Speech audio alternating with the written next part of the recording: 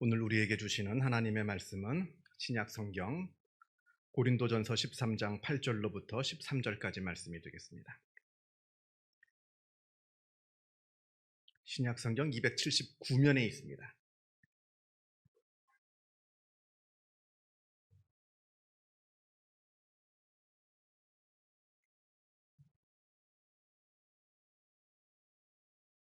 고린도전서 13장 8절로부터 13절까지의 말씀을 봉독합니다. 이 계시의 말씀을 봉독할 때에 살아계신 하나님의 음성을 다 함께 들으실 수 있기를 바랍니다. 사랑은 언제까지나 떨어지지 아니하되 예언도 패하고 방언도 그치고 지식도 패하리라. 우리는 부분적으로 알고 부분적으로 예언하니 온전한 것이 올 때는 부분적으로 하던 것이 패하리라. 내가 어렸을 때에는 말하는 것이 어린아이와 같고 깨닫는 것이 어린아이와 같고 생각하는 것이 어린아이와 같다가 장성한 사람이 되어서는 어린아이의 일을 버렸노라.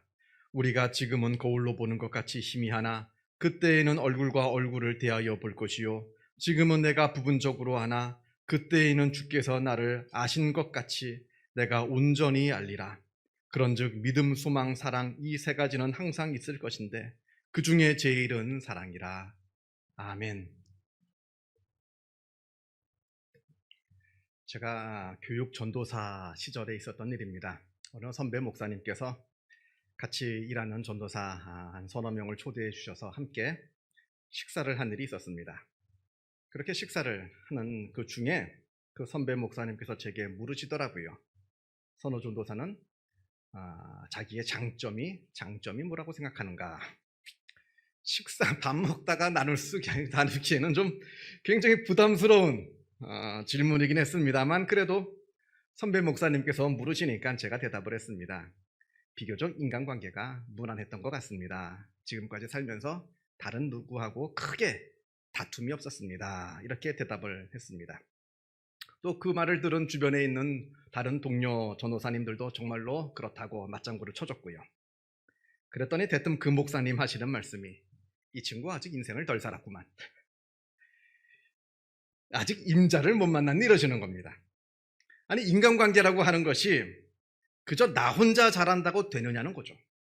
인간관계라고 하는 것은 언제나 상호간의 관계인데 물론 나도 잘해야겠습니다만 그러나 중요한 것은 상대방을 잘 만나야 좋은 인간관계가 형성되는 것이지 그렇게 되는 법인데 그런데 그것을 어떻게 자기의 장점이라고 감히 말할 수가 있느냐는 거죠. 맞는 말입니다. 그렇죠? 만약 내가 지금까지 살아오면서 좋은 인간관계를 맺었다고 한다면 그건 다 운이 좋았던 거죠. 좀 신앙적으로 바꿔 말하면 은혜죠. 은혜였던 것이지 내가 뭐 잘해가지고 좋은 인간관계를 맺으면서 살아온 것은 절대 아닐 겁니다. 제가 그날 말 한마디 잘못했다가 아주 참 부끄러웠던 기억이 있습니다. 그리고 그때 큰 걸 배웠습니다. 그리고 그날 이후로는 제가 절대로 그 이야기를 하지 않습니다. 절대로 그 얘기를 하지 않습니다. 여러분 참 묘하고 묘한 것이 인간관계입니다. 우리 인간은요. 이 인간관계를 통해서 말할 수 없는 기쁨과 행복을 누리기도 하고요. 또 동시에 반대로 이 인간관계 때문에 말할 수 없는 괴로움과 불행에 빠지기도 합니다. 이건 가족이나 친구들처럼 아주 가까운 사람들과의 관계에서도 마찬가지입니다. 가족이나 친구들을 통해서 우리는 말할 수 없는 용기와 위안을 얻기도 합니다만 그러나 동시에 그들이 가까운 사람들이기 때문에 오히려 더욱더 치명적인 상처와 괴로움을 받기도 합니다. 여러분 사랑이라고 하는 이름으로 자행되는 폭력이 있습니다. 이해가 되십니까? 비단 물리적인 폭력뿐만 아니라 정신적인 폭력도 다 포함해서 드리는 말씀입니다. 내 딴에는 사랑해서 하는 것이라 합니다만 그러나 당하는 사람은 그 사랑 때문에 죽어납니다. 죽는 겁니다. 그 사랑 때문에. 우리가 이걸 알아야 합니다. 사랑이라고 다 똑같은 사랑이 아닙니다. 꼭 살리는 사랑만 있는 것이 아니라 상대방을 죽이는 사랑도 있다 하는 것을 우리가 기억합니다. 내 사랑 때문에 다른 누군가는 그것으로 괴로워하고 있다는 사실을 우리는 잊지 말아야 한다는 겁니다. 심리학 용어 중에 이네이블링이라는 것이 있습니다. 나는 다른 사람을 사랑해서 도와주는 것인데 결과적으로 볼 때 오히려 그 사랑과 그 도움 때문에 상대방의 삶이 망가집니다. 이것을 심리학 용어에서 이네이블링이라 합니다. 예를 들면 이런 겁니다. 아이가 학교 숙제를 안 했습니다. 이 아이가 학교 숙제를 하지 않고 내일 학교를 가면 선생님한테 야단을 맞고 벌점을 받게 됩니다. 그래서 엄마가 급히 그 숙제를 대신해 줍니다. 이걸 말하는 겁니다. 자기 딴에는 아이를 위해서 도움을 주는 것인데 결과적으로 그 아이를 망칩니다. 그렇게 한번 재미를 본 이 아이가 앞으로 어떻게 하겠어요? 숙제를 계속 안 할 겁니다. 왜냐하면 엄마가 도와줄 거니까. 더 큰 문제는 숙제만 그러는 게 아닐 겁니다. 숙제뿐만 아니라 자기가 해야 하는 그 모든 일들, 자기 스스로 절대로 하지 않고 앞으로는 다 다른 사람을 의존하면서 살아가게 될 겁니다. 이때 이 엄마가 지혜롭고 현명한 어머니였다면 도와주기를 멈출 겁니다. 그게 사랑입니다. 이때는 도와주지 않는 것이 사랑입니다. 도와주는 것이 사랑이 아니라. 그런데 이걸 모르고 아이를 계속해서 도와준다면 결국 그 어머니의 사랑과 도움 때문에 그 아이의 삶은 망가져 버리고 마는 겁니다. 여러분, 동남아시아 쪽에 여행을 다녀오신 분들은 경험이 있으실 겁니다. 어느 관광지에 딱 도착해서 버스에서 내리면 그곳 현지 아이들이 우르르 몰려오면서 1달러 합니다. 1달러 달라는 거죠. 구걸하는 겁니다. 아주 귀엽게 생긴 아이들이 아주 불쌍한 표정을 지으면서 1달러만 도와달라 합니다. 1달러만, 배가 고프다고 1달러만 도와달라 합니다. 사실 그 1달러 큰 돈 아니잖아요. 그거 우리 돈으로 바꾸면 뭐 1,000 얼마 하는 거. 우리가 어렵지 않게 도와줄 수 있겠습니다만, 그러나 우리가 잘 생각해 보아야 합니다. 그때 그 아이에게 1달러를 주는 순간 우리는 그 아이의 인생을 망치는 큰 죄를 짓는 겁니다. 물론 우리에게는 그 1달러가 그렇게 큰 돈은 아닙니다만, 그러나 그 지역 사람들에게 1달러는 한 가정이 하루를 살 수 있는 돈이라고 합니다. 한 가정 전체가. 그런데 아무런 수고도 하지 않고 그냥 1달러 이렇게 외치는 아이에게 관광객들이 아무렇지도 생각하지도 않고 아무 생각 없이 돈을 줍니다. 그렇게 돈을 줘놓고는 아주 뿌듯하게 생각하죠. 좋은 일 했다 생각합니다. 내가 착한 일 했다, 선한 일 했다. 그 어려운 아이들을 도와주었다. 스스로 위로할지는 모르겠습니다만 그것이 그 아이를 망치는 겁니다. 그렇게 그 아이들은 하루에 수십 달러를 법니다. 그 아이들의 부모들이 거기에 맛을 들여서 아이들을 학교에 보내지를 않습니다. 아이들도 마찬가지입니다. 너무 쉽게 돈을 버니까 어릴 때부터 공부를 하지 않습니다. 기술을 배우질 않습니다. 그깟 공부하고 기술 배워봤자 이만큼 돈 벌기가 쉽지 않거든요. 그러나 여러분, 이 아이가 나중에 성장해서 어른이 되면 어떻게 되겠습니까? 더 이상 관광객들에게 동정심을 유발을 시킬 수 없는 그러한 나이가 되어서 더 이상 구걸할 수 없는 형편이 되었을 때 이 아이는 어떠한 사람이 되겠느냐 하는 말입니다. 어줍지 않은 동정심은 죄입니다. 그리고 어설프게 하는 사랑도 결국 죄라는 사실을 우리는 잊지 말아야 됩니다. 이런 죄는 죄인 줄로 몰라서 회개조차 하질 않습니다. 큰 죄입니다. 아무리 나는 사랑해서 그랬노라 변명합니다만, 그러나 그것으로 나의 잘못이 정당화될 수는 없습니다. 내 딴에는 사랑해서 그랬노라 합니다만 그 사랑의 결과가 무엇인가? 내가 사랑이라고 말하는 것, 그것 때문에 지금 무슨 일이 벌어지고 있는가? 우리가 깊이 생각해 보아야 합니다. 결국 내가 말하는 사랑, 그것 그냥 나조차고 그냥 나의 만족만을 위한 어줍지 않은 사랑, 그것은 아니었는지 우리가 우리 스스로를 깊이 지혜롭게 들여다보아야 합니다. 앞에서 다른 사람을 망치는 사랑, 그 사랑을 이네이블링, 심리학에서 이네이블링이라 하고요. 아까 말씀드린 또한 그러한 사랑, 그 남을 망치는 그러한 사랑을 하는 사람, 그 사람을 이네이블러라고 심리학에서 말합니다. 우리말로는 조장자라 합니다. 그 사랑이 오히려 그 사람을 망가지도록 조장한다 해서 조장자라 합니다. 심리학자들은 이 조장행위, 이 이네이블링의 원인을 낮은 자존감 때문에 그러하다라고 분석합니다. 내가 누구한테 도움을 줘야만 내 존재 가치를 느끼는 겁니다. 내가 누군가에 도움을 주지 않으면 나는 아무런 존재 가치가 없는 형편없는 사람인 것 같은데, 내가 누군가를 도와줄 때 그때는 내가 굉장히 대단한 사람인 것처럼 느껴지고 굉장히 착한 사람처럼 느껴지고 좋은 사람처럼 느껴지기 때문에, 그래서 잘못된 도움임에도 불구하고 그 도움을 계속해서 준다는 겁니다. 자기 만족을 위해서, 자기의 낮은 자존감을 회복시키기 위해서. 여러분, 길가에 가끔 가다가 비둘기한테 모이 주는 사람들 보이십니까? 그거 주지 말라고 그렇게 얘기해도 소용없습니다. 그것 때문에 오히려 비둘기가 죽게 된다고, 너무 많이 먹어서, 비둘기가 너무 많이 먹어서 죽게 된다고 아무리 하지 말라고 얘기해도 소용없습니다. 왜냐하면 내가 비둘기한테 모이를 주고 비둘기들이 내가 먹는 모이를 먹을 때 내가 굉장히 대단한 사람처럼 느껴지거든요. 굉장히 좋은 사람처럼 느껴지거든요. 내 자존감이 높아지는 겁니다. 그 모든 이유들이 다 자신의 낮은 자존감 때문에 이루어지고 있다는 겁니다. 그러니까 문제는 자존감입니다.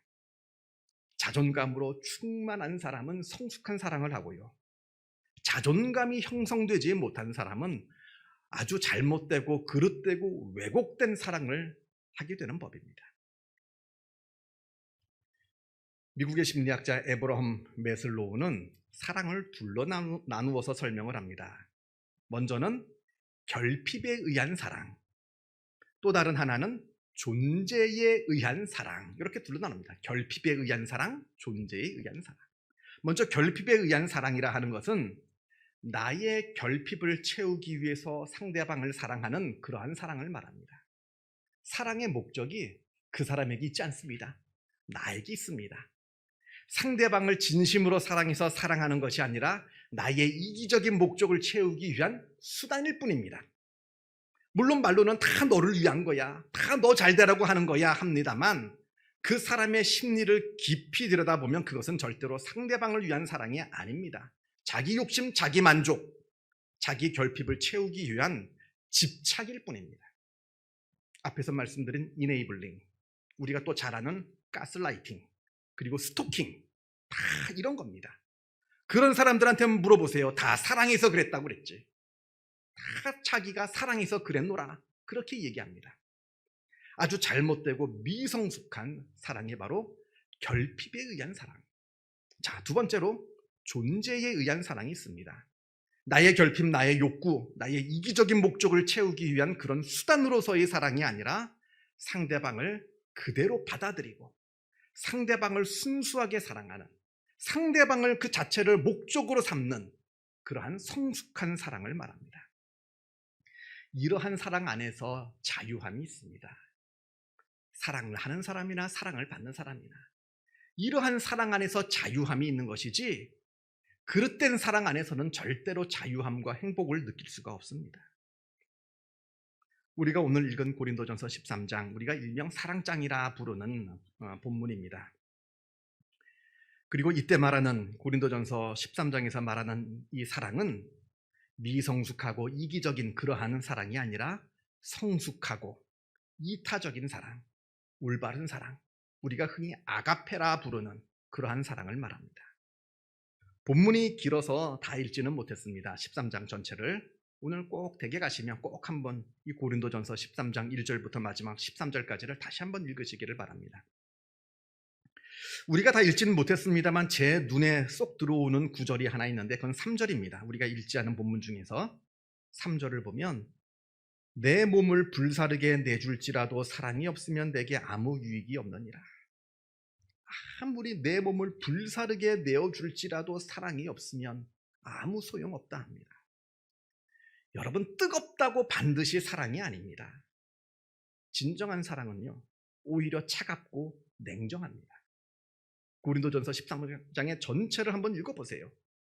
우리가 통념적으로 생각하는 사랑과 성경 고린도전서 13장에서 말씀하는 하나님께서 말씀하시는 그 사랑이 얼마나 다른지. 4절을 보면 사랑은 참고 기다리는 것이라 합니다. 가까이 다가가는 것만이 사랑이 아닙니다. 오히려 그쪽에서 다가오기를 내가 기다리고 어느 정도 거리를 두는 것, 이것이 사랑입니다. 시기하고 질투하는 것, 이건 사랑이 아니라 합니다. 이건 에로스의 사랑에서만 나오는 특징이지 아가페의 사랑의 모습이 아닙니다. 특별히 5절, 사랑은 무례히 행하지 않는다 합니다. 우리는 종종 사랑한다 하면서 상대방에게 얼마나 무례를 저지르는지 모릅니다. 사랑하기 때문에, 가깝기 때문에 저지르는 무례함이 있습니다. 그러나 사랑은 그러한 무례함이 아니라 합니다. 무례하게 행하는 것은 사랑이 아니라 합니다. 그리고 사랑은 자기의 유익을 구하지 않는다 합니다. 이기적인 동기에서 상대방을 소유하고 움켜쥐려고 하는 것, 아무리 말로는 사랑 때문이라, 내가 너를 사랑해서 하는 것이라 말합니다만, 상대방을 이기적인 목적에서 움켜쥐려 하는 것, 소유하려 하는 것, 이것은 절대로 사랑이 아니라고 말합니다. 여러분, 상대방을 나의 소유물로 여긴다면 절대로 사랑이 이루어질 수 없습니다. 우리나라 사람들이 착각하고 있는 것 중에 굉장히 이 부분이 약합니다. 굉장해서 착각하고 있는데, 얼마 전에도 일어난 일입니다만, 우리가 종종 뉴스를 보면 어린아이와 함께 동반 자살하는 부모들이 있습니다. 자기가 자살해 죽는데 어린아이들과 함께 죽습니다. 자녀를 부모의 소유물로 여기기 때문에 벌어지는 현상입니다. 그 부모 자신의 삶이 있고 자신의 인생이 있듯이, 아무리 내 자녀가 어린아이 젖먹이라 하더라도 이 아이는 이 아이의 삶이 있는 겁니다. 내 게 아닙니다. 내 소유물이 아닙니다. 근데 이걸 몰라요, 한국 사람들이. 내 소유물인 줄 알고 같이 죽으려고 합니다. 이건 비단 자녀뿐만 아니라 모든 인간 관계가 다 마찬가지입니다. 자녀, 부부, 친구, 이웃 다 마찬가지입니다. 내 소유물이 아닙니다. 그냥 그 사람을 내 소유물이 아니라 그 상대방을 목적 삼아서 그 상대방을 존중해주는 사랑이 필요한 것이라 성경은 말씀하고 있습니다. 심리학자들이 말하기를, 사람은 누구나 자기 스스로를 사랑하는 만큼만 다른 사람을 사랑할 수 있다 합니다. 중요한 얘기입니다. 내가 나 자신을 사랑하지 못하는 사람은 다른 사람을 사랑할 수가 없습니다. 내가 나 자신을 왜곡되게 사랑하는 사람은 다른 사람도 왜곡되게 사랑하게 됩니다. 예수님께서 이런 말씀을 하셨죠. 내 이웃을 너 자신과 같이 사랑하라. 이건 진리입니다. 내가 나 자신을 사랑하지 못하면 내 이웃을 사랑할 수가 없습니다. 내가 나를 딱 사랑하는 그만큼만 내가 다른 사람을 사랑할 수가 있다는 얘기입니다. 이건 내 자식들도 마찬가지예요. 아무리 내가 내 자녀를 사랑한다 하지만 내가 내 자신을 사랑하는 만큼만 내 자녀를 사랑할 수가 있습니다. 열등감에 사로잡힌 사람은 열등감으로 자녀를 바라봅니다. 상처가 있는 사람은 상처의 눈으로 그 아이들을 바라봅니다. 딱 내가 나를 사랑하는 만큼만 내 자녀를 사랑할 수 있는 겁니다. 그게 바로 인간입니다. 그래서 여러분, 남을 돌보기 이전에, 나에게 도움을 주기 이전에 내가 나 자신을 돌봐야 하는 것이고요, 내가 나 자신에게 도움을 주어야 하는 겁니다. 내가 성숙하게 나 자신을 더욱더 성숙하게 사랑해야 나도 다른 사람, 내 가족, 내 자녀, 내 친구들을 다 사랑할 수 있는 겁니다. 자, 그렇다면 어떻게 해야 내가 나 자신을 돌보고 나 자신을 진정으로 사랑할 수 있겠는가? 심리학자들은 이렇게 이야기합니다. 홀로 있는 시간을 가져라. 홀로 있는 시간을 가지랍니다. 여러분, 홀로 있는 시간을 24시간 중에 얼마나 갖고 계십니까? 잠자는 시간 빼고요. 그냥 내 의식이 있는 상황에서 내가 나 홀로 가만히 조용한 가운데 있는 시간, 아마 많지 않을 겁니다. 굉장히 그 혼자 있는 시간을 굉장히 불편하게 여길 겁니다. 힘들다면 독서를 한다든지 좋은 음악을 듣는다든지, 아니면 가만히, 요즘 아이들 멍 때린다 그러죠. 멍 때리기라도 하랍니다. 아니면 그것도 안 되면 컴퓨터 지뢰찾기 게임 있잖아요. 그 지뢰찾기 게임이라도 하래요. 나 혼자만에 있는 시간을 가지랍니다. 그러나 가장 좋은 것은 명상입니다. 명상. 제가 기도라 말하지 않고 명상이라고 말씀하는 이유는 우리가 기도에 대한 오해가 있어서 그럽니다. 우리가 보통 생각하는 주시옵소서 하는 기도는 정확하게 얘기하면 간구입니다. 간구. 무엇을 달라는 간구입니다. 근데 기도는 더 큰 개념이에요. 기도 안에는 감사와 찬양과 고백과 회개와 물론 간구도 있죠. 또 깊은 묵상과 명상이 다 포함돼서 기도입니다. 근데 제가 기도를 하라 그러면 오해하실까봐 간구, 주시옵소서 주시옵소서 이것만 생각하실까봐 제가 일부러 용어를 바꿔서 명상이라고 표현을 합니다. 명상하는 겁니다. 하나님을 깊이 생각하는 거예요. 그러면서 나 자신을 깊이 생각하는 겁니다. 딴 생각도 나죠. 괜찮습니다. 그러나 하루에 일정 시간 이상 정해놓고 내가 하나님을 깊이 생각하고 나 자신을 깊이 생각할 때 내 안에 채워지지 않은 결핍이 보입니다. 내 안에 아직 치유되지 않은 상처가 보입니다. 그걸 하나님을 통해서 채워가고 하나님을 통해서 치유되는 겁니다. 그러면서 내가 성숙한 사람이 되고 성숙한 사람이 되어야 내 자신을 성숙하게 사랑할 수 있고 나 자신을 성숙하게 사랑할 수 있어야 다른 사람들을, 내 자식들을, 내 가족들을, 내 이웃들을 성숙하게 사랑할 수 있는 겁니다. 여러분, 우리 인간의 욕망이라고 하는 것은요, 대체물로 충족되질 않습니다. 배고파요. 배고픈데 다른 사람이 먹으면 그게 충족이 됩니까? 나는 네가 먹는 것만 봐도 배부르다. 이건 다 거짓말이에요. 더 배고픕니다. 남이 먹는 거 보면. 욕망은 절대로 대체물로 충족되지가 않습니다. 인간의 가장 근원적인 욕망, 하나님만으로 채워질 수밖에 없습니다. 근데 하나님으로 채워지지 않고 돈으로 채우려고 하고 쾌락으로 채우려고 하고 취미생활로 채우려고 하고 더 괴로워지고 더 결핍이 생길 뿐입니다. 우리 영혼이 속에 있는 결핍, 하나님으로 채워지고 내 속에 있는 마음의 상처, 하나님으로 치유될 때 우리는 나 자신을 성숙하게 사랑하게 될 것이고 내 가족들, 내 이웃들, 많은 사람들을 성숙하게 사랑하는 성숙한 신앙인의 삶을 살게 되는 겁니다. 가정의 달입니다. 5월은 사랑하죠. 가족들 사랑합니다. 그러나 중요한 것은 사랑하는 것이 중요한 것이 아니라 얼만큼 성숙하게 사랑하느냐가 중요하다는 겁니다.